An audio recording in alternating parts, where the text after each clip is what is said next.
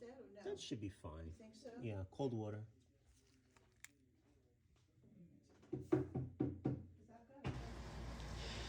Right now I'm checking the compressor. Whenever you have the on and off, you do want to verify that the compressor is not overheating. Overheating the compressor is very bad, and it's going to be very difficult for the start device to engage and start the compressor. So be mindful of that.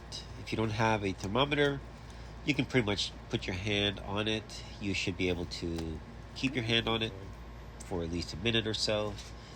If not, go ahead and get a wet rag and cool it down, or damp rag and cool it down. Do it a couple times until the temperature gets a little better. Alright, so I'm also going to link a 3-in-1 hard start and a power cord, and that will help you to determine if your compressor is starting or not.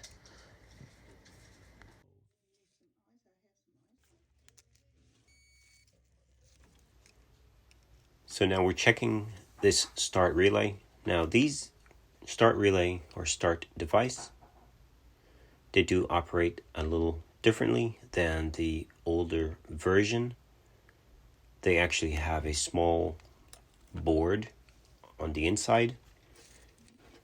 I will open one day. And by the way, the compressor was running pretty hot, so because the compressor wasn't staying on, it was starting and turning off and turning on and off.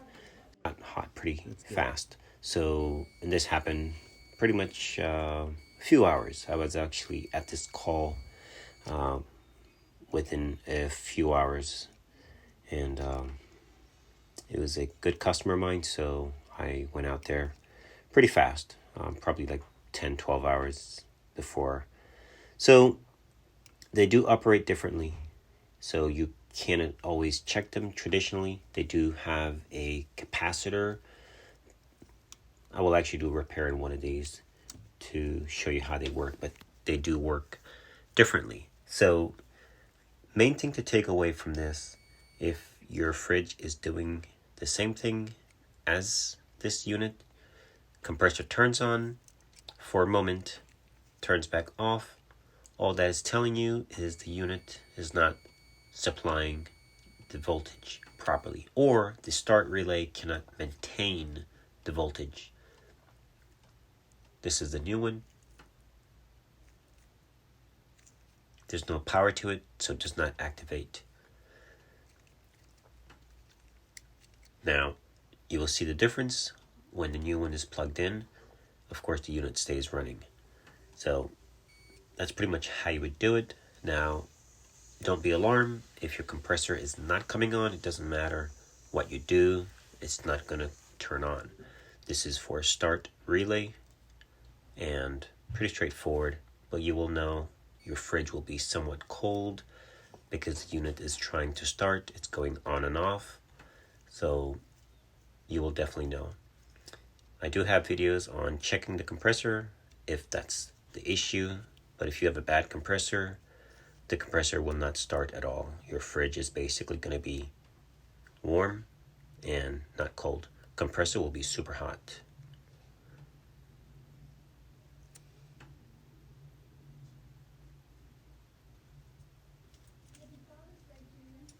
Thank you. I appreciate that.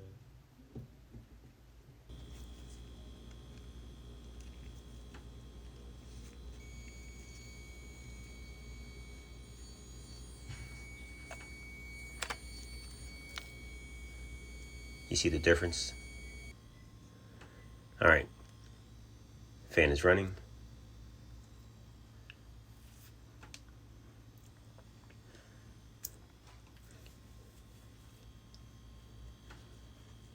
Don't forget to put the clip. That's a clip that holds the start device in place. In the event that you do move your refrigerator or vibration, it could eventually rattle and come off. So keep it on. Now we're going to be doing a good clean on this unit. I'm showing the customer. grab my blower, my vacuum and blow it out nicely. You want to see it? You're good. So that 6 years really worth of dust. Oh yeah. See it? Oh, look at the phone. Yeah. Should I be taking it out later now? Oh. So just get a good vacuum and get it vacuumed. If you have an air compressor, that works even better, where you can actually do super strong blow to get all that stuff off. When you have a lot of lint, it's going to basically increase heat to your compressor, to your start device. Everything works harder, even the main board. So you want to make sure you keep under your unit nice and clean. This unit was probably 6 years, I think, and has been touched. Now we have a towel, the damp towel, and you're going to put that on the back, 2 magnets. And now we're going to blow from the front.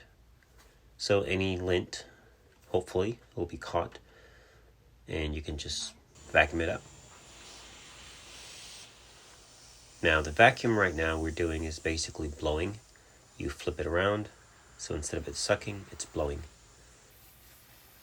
This is great maintenance, keeps your unit healthy and reducing any premature damage that would occur from overheating. You want to keep them clean. That's how they cool.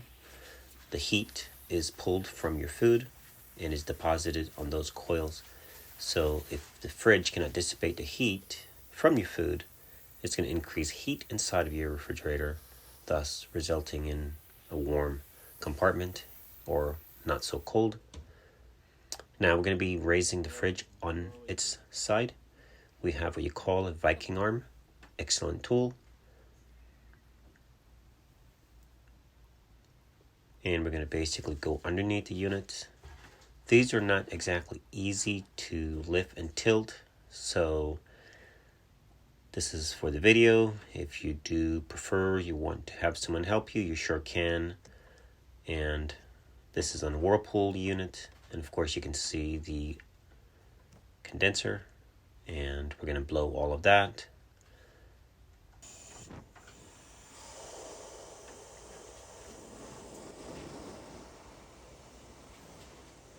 Again, this is good maintenance that everyone should do.